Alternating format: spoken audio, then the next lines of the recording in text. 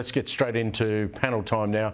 Christy McSweeney, Managing Director of PR Council, joins me, and Radio 2CC breakfast host Stephen Senatiempo.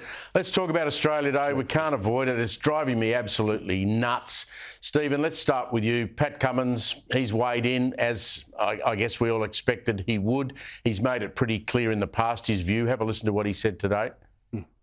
I think once you start realising Jan 26th and why it's chosen, and it's Australia Day is meant to be a celebration of everything Australia and our history. I think we could choose a better date. Well, I'll be celebrating Australia Day, and Stephen, I'm old enough to remember when, Test cricket matches, the crowds were draped in Australian flags, proud to be following the Australian cricket team.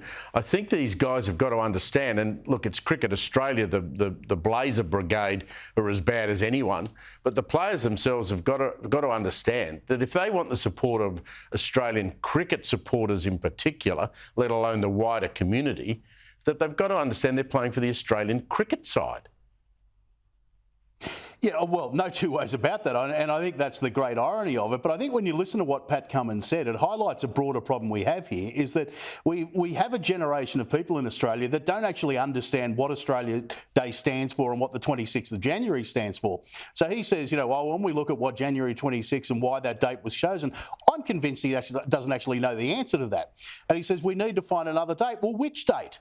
Nobody can actually come up with a date that anybody's actually happy with. It's a little bit like the anthem, when 3 footballers decided they didn't like the national anthem, so Scott Morrison took it upon himself to change the anthem without consulting us, and they're still not happy with it anyway. So the reality is that these people want to scrap Australia Day. They don't want to change the date. And you know what? I'm cooking a barbecue at the radio station on Friday morning with Italian sausages and tiramisu to prove what Australia's really all about.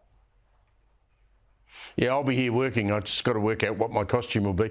Christy, Australia Day, look, until the government runs a national plebiscite and asks the whole Australian community whether they want to keep that date of the 26th or not, and if it's not, then change it, and as Stephen said, find a new date, we have the 26th. That is Australia Day. We do have the 26th as Australia Day, and people could advocate for it being inclusive. And of course, the Indigenous community is heavily split on this too. As we've seen with the Voice referendum, there were significant different factions of the Indigenous community. If athletes, if CEOs of sporting codes want to get into the political argument around it, well, they have to be very politically knowledgeable and understand the myriad of stakeholders instead of coming out with significant blanket statements. And of course, the Australian cricket captain, he's got form. He single-handedly got rid of the Alinta gas contract with Cricket Australia, which cost them untold millions. So no doubt Cricket Australia is up against it with the captain and with a number of the athletes. Are individual athletes bigger than the team? Well, that's a good question, and I'm sure there's players in that Australian 11 who probably support Australia Day are just too cowed to actually speak out. I don't know about you, Stephen. I'm not a great fan of kangaroo meat, but I see a Sydney restaurant on what they're calling Invasion Day is going to have on its menu braised kangaroo tail. Now, I am a fan of braised oxtail, not so much kangaroo tail. The restaurant's owner said it's hard to celebrate Australia Day when half the country is opposed to it. Well, half the country's not opposed to it. Look at the latest poll. That's right. I mean, kangaroo tail, what do you reckon?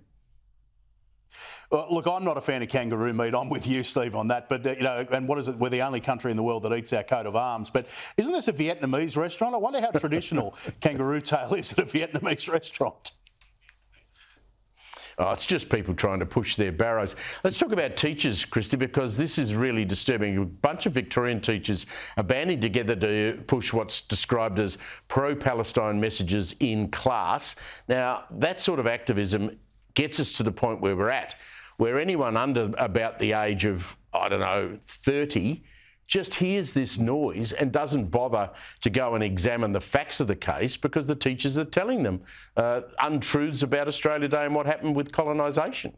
Look, we have a situation in Australia, and particularly here in Victoria. Steve, you and I, both here in Melbourne, it seems to be the epicentre of activism, and the Palestine-Israeli conflict is just the latest thing that activists are latching onto and spreading all sorts of lies, misinformation, which ignores the fact that Australia has a position. We support Israel. We support the US alliance, which supports Israel, because Israel is the only democratic, peaceful nation in the Middle East. A lot of these people who are pro-Palestine perhaps don't know the history of Hamas and don't know the political history of how they have accelerated themselves as a movement in Palestine. And I understand people are all for humanity, but there's a lot of misinformation and lack of education, and those people with a lack of education are educating children.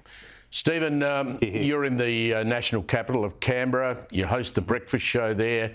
You've had a wonderful summer where all of the politicians have been not there. You haven't had to, queue up behind them in the supermarket. They're all coming back on Wednesday at the cost of $500,000 to debate the stage 3 tax cuts and cost of living. How ridiculous to have a cost of living gathering that's going to cost $500,000 just to put the meeting on. Well, let me correct that, Steve. I think it's going to cost more than $500,000. That was a baseline figure that news.com.au came up with based on the cheapest flights and one staffer coming with each MP. I think it's going to cost considerably more than that, and it just goes to show you how out of touch this government is. But what amazes me is that the Prime Minister apparently woke up on New Year's Day and realised that there was a cost of living crisis. He's got no answers to it, and the only answer he's got is to spend another $1 million of our money to fly all of his MPs back to Canberra when he could have done it via telephone, or just got his economic team together and said, look, let's come up with some answers, because that's actually our job, to run the economy. The Treasurer doesn't seem to think so, but maybe the Prime Minister finally has worked it out.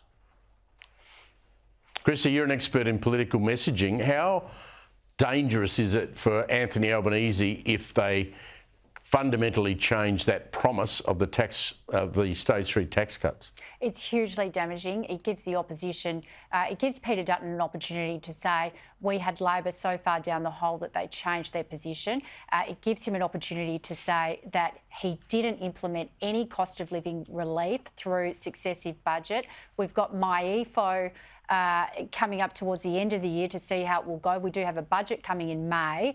And if the only thing they've got is tinkering around the tax cuts rather than implementing systematic policy solutions around cost of living relief, this exposes Labor as a one-trick pony, and it's a broken promise one-trick pony as well. And it gives Dutton the opportunity to say all the way through to the next election, 2025 or 2024, as some are tipping, that Labor broke its promise. Very damaging in politics. The words still ring in my ears. There'll be no carbon tax under a government that I lead. Christy McSweeney and Stephen Senatiempo, great to catch up with you both as usual.